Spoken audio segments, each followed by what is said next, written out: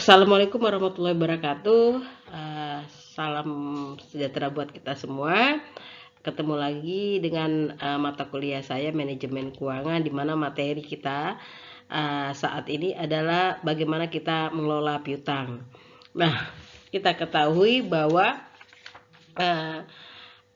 semakin tinggi, sangat pentingnya piutang di dalam investasi di dalam suatu perusahaan. Karena apa? Dalam hal ini perusahaan selalu memberikan pelayanan terhadap customernya dengan berbagai cara dalam hal meningkatkan volume penjualannya. Nah, pentingnya investasi pada piutang itu karena kita ketahui semakin tinggi tingkat persaingan antar perusahaan akan memaksa perusahaan untuk memberikan pelayanan yang maksimal kepada pelanggannya. Sehingga dikeluarkanlah atau diberi kebijakan untuk meningkatkan volume penjualan dengan melakukan penjualan kredit, di mana akunnya itu yang terkenal adalah piutang dagang. Piutang dagang ini merupakan tagihan perusahaan kepada pihak lain atau customer perusahaan sebagai akibat penjualan secara kredit. Berikutnya, dalam hal piutang atau besar kecilnya dana yang diinvestasikan tadi ke dalam piutang itu dipengaruhi beberapa faktor. Pertama, besarnya volume penjualan. Nah, volume penjualan yang secara kredit yang diberikan kepada pelanggan akan ikut menentukan besar kecilnya investasi dalam piutang. Semakin besar volume penjualan kredit, akan semakin besar investasi pada piutang. Demikian sebaliknya, bila volume penjualan kredit sedikit, akan menurunkan investasi pada piutang. Nanti kita lihat contoh-contohnya ya. Kemudian faktor yang mempengaruhinya adalah syarat pembayaran. Dalam penjualan kredit selalu tertera kapan piutang tersebut jatuh tempo dan apakah ada diskon yang diberikan. Misalnya syarat pembayaran itu 5/10 strip N per 60 misalnya. Artinya bila piutang dibayar paling lambat 10 hari dari tanggal penjualan akan diberikan diskon 5%. Itu yang dimaksud dengan syarat pembayaran. Kemudian yang mempengaruhi besar kecilnya lagi adalah plafon kredit. Nah, pada sistem penjualan kredit masing-masing pelanggan akan diberikan batas maksimal. Dalam hal ini maksimal kredit yang bisa diambil. Artinya itu plafon kredit. Nah, plafon kredit itu untuk masing-masing pelanggan tidak harus sama, tetapi tergantung dari besar usaha yang dimiliki oleh pelanggan dan tingkat kepercayaan perusahaan terhadap pelanggan. Nah, semakin besar plafon kredit yang diberikan untuk pelanggan, semakin besar investasi dalam piutang, ya, untuk plafon kredit. Kemudian kebiasaan pembayaran pelanggan. Nah, seperti yang disebutkan tadi bahwa syarat pembayaran biasanya menawarkan diskon atau potongan bila dibayar lebih awal. Apabila kebiasaan pelanggan dalam membayar memanfaatkan masa diskon, maka investasi pada piutang semakin kecil. Tetapi bila kebiasaan pelanggan membayar saat jatuh tempo, investasi pada piutang semakin besar.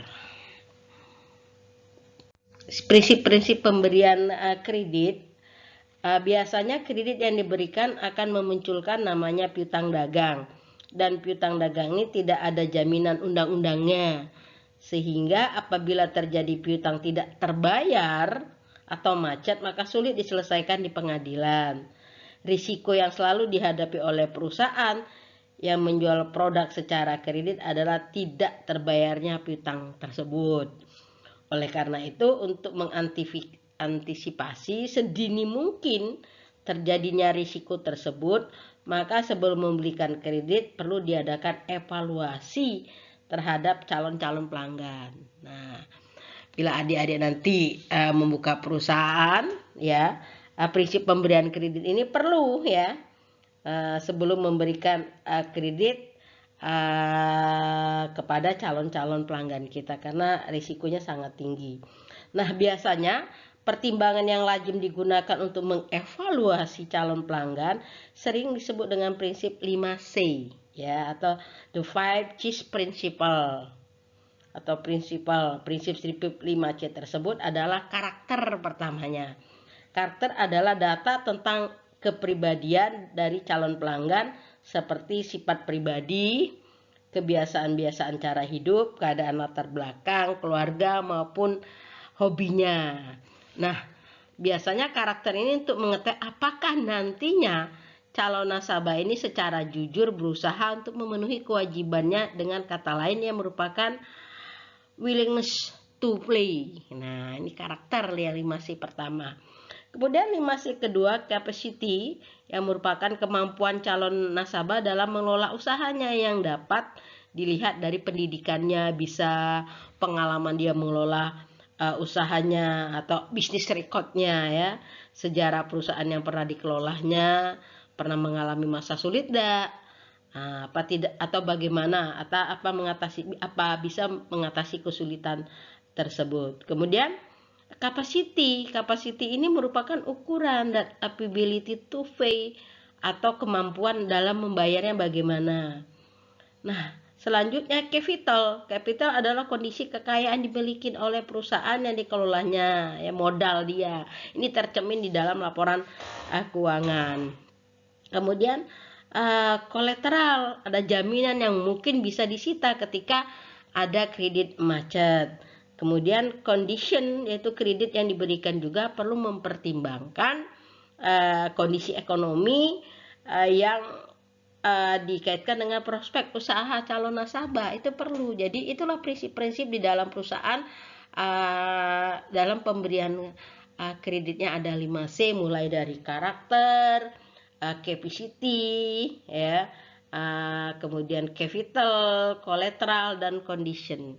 Nah, kemudian kita perlu juga seberapa besar efisiensi piutang tersebut. Itu ada alat ukurnya ya. Jadi piutang yang diberikan kepada para pelanggan tentunya harus bisa mendatangkan manfaat bagi perusahaan. Untuk itu perlu diketahui efisiensi piutang tersebut. Untuk mengukur tingkat efisiensi itu ada dua cara. Ada dengan perputaran piutang, receivable turnover, ada dengan rata-rata terkumpulnya piutang, average collection period. Nah, itu ada. Nanti kita lihat rumusnya masing-masing ya.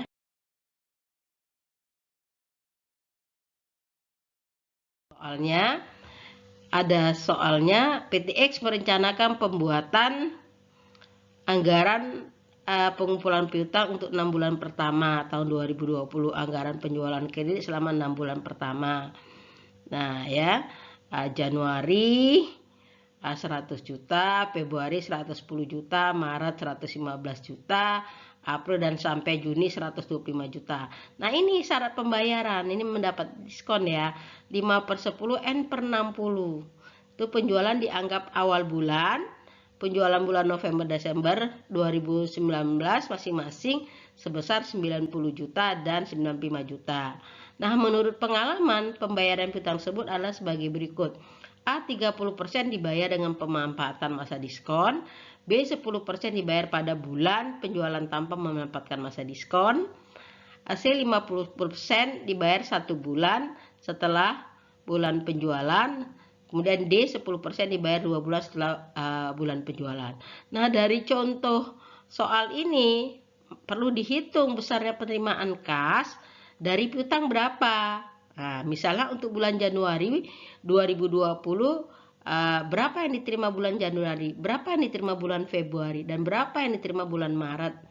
Pada penjualan Januari 2020 tersebut akan diterima bulan Januari sebesar 30% dengan diskon 5%, diskon 5%, dan B ini A 5%, B 10%, C 50% yang diterima, D 10%. Dengan demikian kita dapat menghitungnya.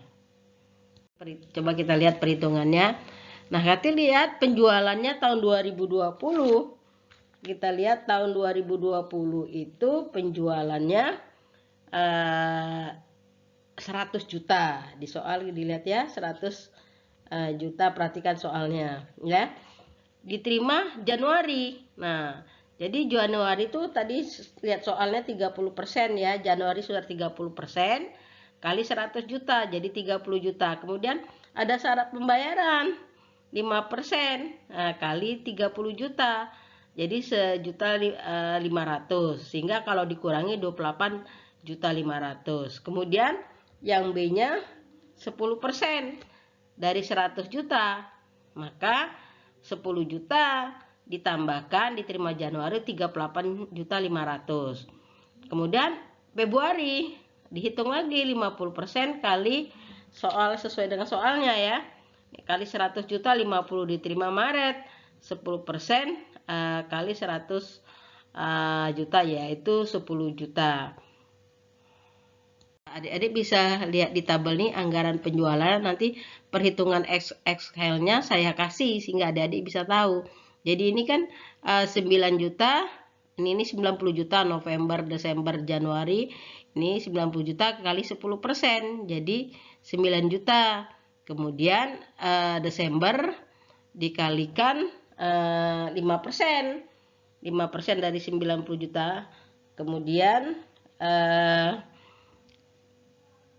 juta dikalikan 50% ya, 50%. Nanti di Excelnya ada. Berikutnya dalam piutang tuh ada analisis kebijaksanaan piutang. Nah, kita ketahui bahwa tadi tujuan perusahaan menjual barang secara kredit adalah untuk meningkatkan volume penjualan. Dengan naiknya volume penjualan sangat diharapkan akan menaikkan keuntungan yang didapat oleh perusahaan. Oleh karena itu, adanya kebijaksanaan pemberian piutang harusnya bisa menambah laba perusahaan. Karena apa? Di satu sisi volume penjualan diharapkan naik, tetapi dengan penjualan kredit akan menimbulkan investasi pada piutang. Dan dana yang digunakan untuk investasi pada piutang tentu saja mempunyai biaya dana atau cost of capital. Oleh karena itu, kebijaksanaan penjualan perlu dianalisis apakah memang ada tambahan atau manfaat yang didapatkan di dalam perusahaan. Satu kebijaksanaan dalam pengelolaan piutang. Nah, ada yang namanya bagaimana kita mengelola piutang tidak tertagih ya. Bagaimana kita mengelola piutang tidak tertagih. Nah, masih contoh piutang tak tertagih misalnya 1% dari soal yang tadi ya, 1%.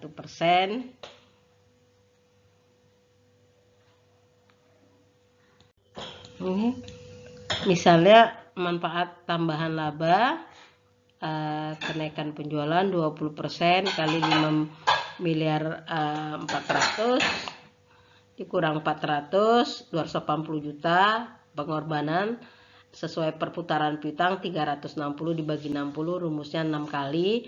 Rata-rata piutang 5,4, misalnya ini penjualannya dibagi 6 jadi 900 juta. Dana investasi pada piutang sesuai dengan soalnya yang di sini tadi. Yang di sini ada 20%, jadi 1 dikurang 0,2, 720. Biaya dana untuk investasi pada piutang 22% kali 720, 158.400. Kerugian piutang ini tadi ada kebijakan 1%, 5.400.000 jadi 54. Jadi sehingga tambahan manfaatnya 67.600.